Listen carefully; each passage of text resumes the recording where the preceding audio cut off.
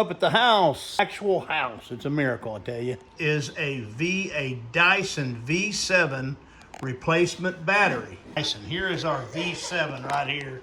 And here it dies really quick. We use the heck out of these things. I have 3 of these throughout the house.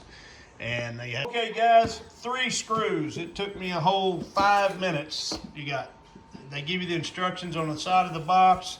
This is the new one. You got a screw right there. Very easy to get to. Now, one thing I can tell you is I didn't know this, but that's an intake filter. Pretty cool. And they give you one of those to replace. They also give you 2 of these filters too. These washable filters, they give you 2 of those. So you got 2 of those. And I didn't know this. I was wondering where the other screws were, and they're right here on the bottom. Very simple, very painless. Now we got a new battery. You guys take care. Tell everybody bye, gang. Bye. Okay.